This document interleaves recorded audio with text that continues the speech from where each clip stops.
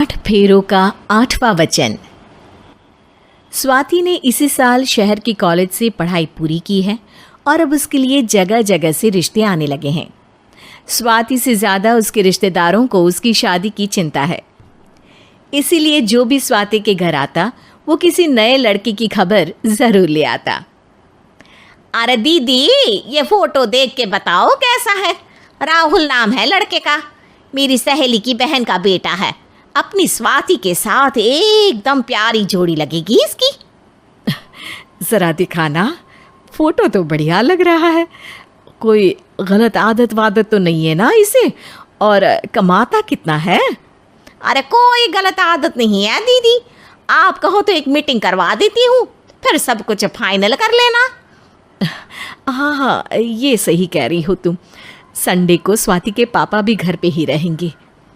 बुआ फिर वहाँ से चली जाती है और रात को स्वाति की माँ उससे कहती है, स्वाति बेटा, आज कमला बुआ ने एक लड़के की फ़ोटो दिखाई है। संडे को वो लोग मिलने आ रहे हैं, तैयार हो ना तुम बेटा? अरे मम्मी, आप कहाँ कमला बुआ के चक्कर में आ जाती हो? अभी इतनी जल्दी कोई शादी वादी नहीं करनी है मुझे। अरे बेटा, अच्छा लड़का है, बुआ जानती है उसे अच्छे से। हाँ स्वाति बेटा, एक बार मिल तो लो, बाद में देखेंगे आगे क्या करना है। वैसे तो कमला रिश्ता लाई है तो मना करने का तो कोई सवाल ही नहीं उठता। संडे की सुबह होती है और कमला बुआ राहुल और उसके मम्मी पापा को लेकर स्वाति के घर आती है। अरे आइए आइए भाभी, इसे अपना ही घर समझिए, इनसे मिलिए। ये मेरे भैया और ये मेरी भाभी हैं। नमस्ते भाभी जी, ये है हमारा लड़का राहुल, सरकारी नौकरी की तैयारी कर रहा है ये। वैसे आपकी बेटी कहाँ है? अरे स्वाति बेटा, बाहर आ जाओ। वैसे कितनी पढ़ाई की है स्वाति ने?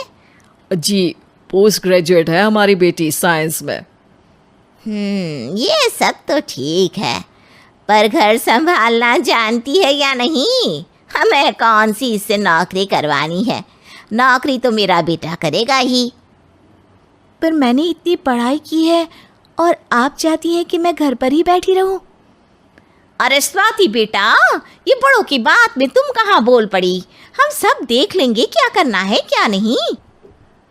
हम तो इसी बात में विश्वास करते हैं कि घर के लड़कियां घर में ही रहे तो ज़्यादा अच्छा रहता है, वरना भाई साहब आप तो आजकल के हाल जानते ही हैं, कितनी घटनाएं होने लगी हैं औरतों के खिलाफ। स्वाति बेटा, रसोई का काम तो पूरा जानती हो ना? शादी के बाद तुम्हें ही संभालना है वो सब। अरे बहुत अच्छा खाना बनाती है ये, आप सब लोग इसकी तारीफ करते नहीं थकेंगे। लो भाई, हो गई मीटिंग, अब शादी की तारीख फाइनल कर लेते हैं, क्यों भैया? भाई हम तो पंडित जी से चर्चा करने के बाद ही तारीख फाइनल करेंगे, सालों से हम उनकी बातें मानते हुए आ रहे हैं। लड़के वाले और कमला बुआ की बातें सुनकर स्वाति एकदम नाराज़ हो जाती है और उसे लगने लगता है कि शादी के बाद उसे घर पर ही बैठना पड़ेगा। लेकिन घर वालों के आगे उसकी एक नहीं चलती और उसे शादी के लिए हाँ कहना पड़ता है।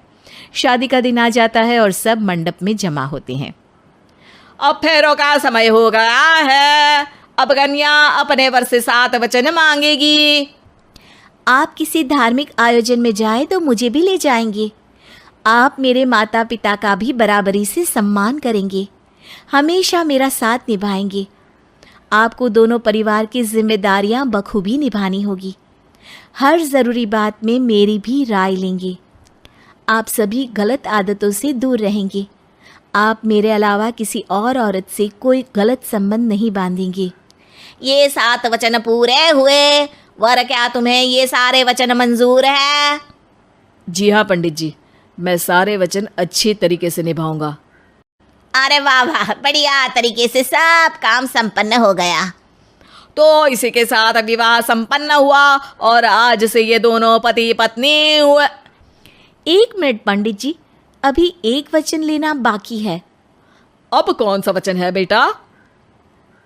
मैं अब हमेशा के लिए किसी दूसरे घर में जाने वाली हूँ, तो पति के अलावा मैं अपने सास ससुर से भी एक वचन लेना चाहूँगी। अब कहो बेटी। मैं ये चाहती हूँ कि मुझ पर किसी बात की कोई पाबंदी नहीं लगाई जाएगी। मुझे सब कुछ करने की आज़ादी होगी और मैं भी विश्वास दिलाती हूँ कि मैं एक अच्छी बहू बन के दिखाऊंगी। स्वाति की बात सुनकर उसके सास ससुर एकदम चौंक जाते हैं और कुछ बोल नहीं पाते कि उतने में कमला बुआ बोल पड़ती है। अरे बेटा, ये भी कोई कहने की बात है? रानी बन के रहोगी तुम तो। वचन देने से पहले सोच लीजिए, क्योंकि शास्त्रों में वचन ना निभाने वालों के लिए नरक से भी बदतर सजा लिखी है। स्वाति की चालाकी से वहाँ मौजूद सब लोग प्रभावित हो जाते हैं और लोगों में बदनामी ना हो जाए, इस कारण स्वाति के सास ससुर को उसे वचन देना पड़ता है। अरे कैसी अपशकुन वाली बातें कर रहे हैं आप पंडित जी।